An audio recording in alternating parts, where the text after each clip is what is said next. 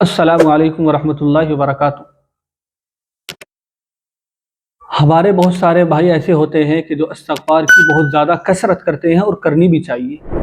इस्तिग़फ़ार को पढ़ना चाहिए और इस्तिग़फ़ार एक ऐसी चीज़ है कि अल्लाह तबारक व तआला इसकी बरकत से हर चीज़ हमें अता करते हैं और हर परेशानी हमारी दूर कर देते हैं। लेकिन कुछ चीज़ें ऐसी होती हैं कि जिनकी वजह से हमारा कसरत इस्तिग़फ़ार करना भी फ़ायदेमंद नहीं होता है।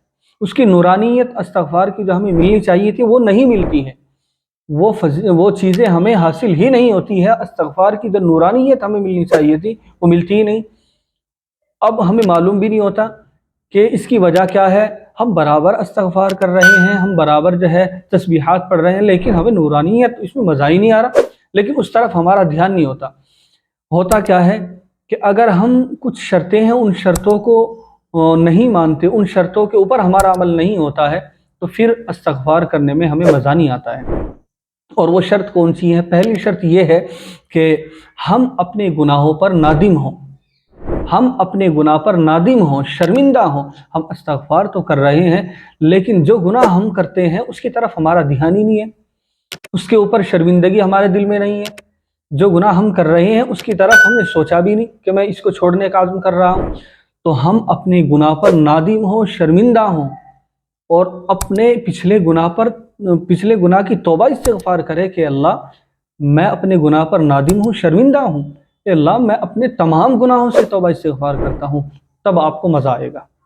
और दूसरी शर्त यह है कि अल्लाह से वादा कर ले इस चीज़ का कि मैं आइंदा के लिए जो मैंने अभी तौबा की है बिल्कुल पक्का आज़्म करता हूँ कि मैं कभी गुनाह नहीं करूँगा।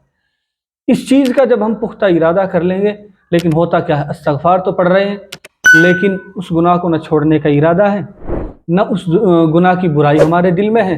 बस आप पढ़ते रहे, आप पूरी तस्बीह घुमाते रहे, लेकिन आपको उसका मज़ा, उसकी लज्जत ही हासिल नहीं होगी, उसकी नूरानियत इस्तिग़फ़ार की आपको नहीं मिलेगी। क्यों?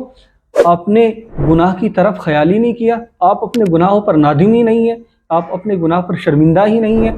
तो हमें अपने गुनाहों पर नादिम होना है, शर्मिंदा होना है। और दूसरी शर्त जो मैं बता रहा हूँ कि आप अल्लाह से वादा कर ले आइंदा के लिए कि जो मैंने जिस गुनाह से तौबा किया आइंदा मैं उस गुनाह को नहीं करूँगा। और तीसरी शर्त, सबसे ख़ास शर्त जो हमें ख़याल ही नहीं होता कि हम हुकूकुल्लाह से तौबा कर रहे हैं या हुकूकुल इबाद से तौबा कर रहे हैं। यानी हम जो है उस अमल से तौबा कर रहे हैं कि हमने किसी का हक़ मार लिया, किसी की ज़मीन मार ली, किसी के पैसे मार लिए, किसी का कर्ज़ है हमने वो मार लिए, किसी की जो है सामान हमने मार लिया, हमने लूट लिया, खसोट लिया, लेकिन हमारा उसको देने का कोई इरादा नहीं है।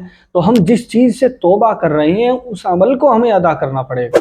मसलन हम हुकूकुल इबाद से तौबा कर रहे हैं तो हमने जिसका हक़ मारा है या तो उससे माफ़ी मांगनी पड़ेगी।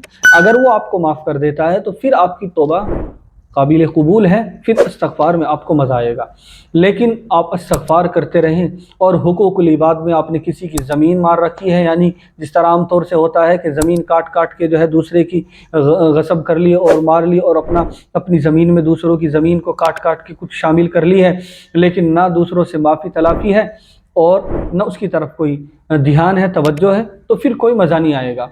इसी तरीके से हम हुकूकुल्लाह से तौबा कर रहे हैं तो हमसे जो नमाज़ें छूटी हैं हम उनको छूटी हुई नमाज़ों को पढ़ें, उनकी क़ज़ा करें। जो चीज़ें हमसे छूट गई हैं उनकी क़ज़ा करें और इखलास के साथ करें।